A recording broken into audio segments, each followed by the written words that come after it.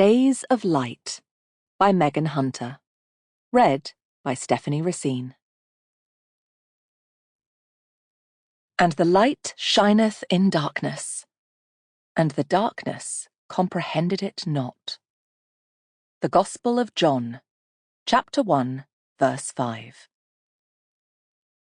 What is all this juice and all this joy? Gerard Manley Hopkins. Spring. Day 1. Easter Sunday, 1938. When Ivy looked back, this was what she remembered. Joseph was singing. Here was a rare thing her brother couldn't do. His voice was tuneless, rambling, reaching for a note as though for a high ledge on a mountain. But the fact remained. Joseph, their own plain, sensible Joseph, was singing. He lay in his bed in the next room, the painted walls sentinel around him, his window ajar, already wafting sweetness. He was opening his wide lips, feeling the vibration build in his stomach, rise into his chest. Here was music.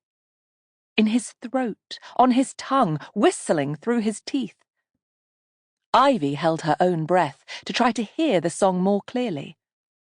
It was a low, almost continuous sound, a bird on a summer night. An anonymous, homeless tone, the sound of yearning itself. Ivy pictured Joseph in his set at Oxford, the two little rooms with their air of adolescent disarray, his girlfriend a shape at the edges. Their father, Gilbert, had given him a gramophone for his 21st birthday, and surely Joseph would dance his girl around the study, taking care not to bump into the clumsy armchairs, the solemn wooden desk.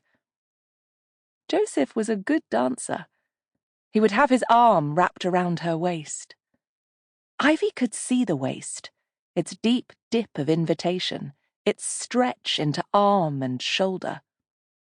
But above this was a blur.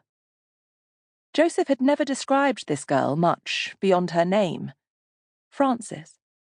And just once, after dinner and wine, lovely. Over time, Ivy had filled this blur with figures. A girl leaning to pick up a penny, rising like a child who has stamped her gumboots into a puddle with a loose opening smile. Or a more serious woman, wearing a beret at an angle, a cigarette tucked between her fingers, lips poised with experience. Sometimes the figure was simple, even incestuous, herself or her mother.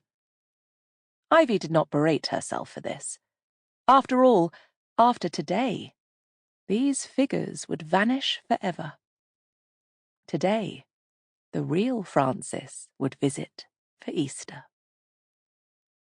Through her open window, Ivy could smell the goodness of the garden outside, the truth of another morning arriving.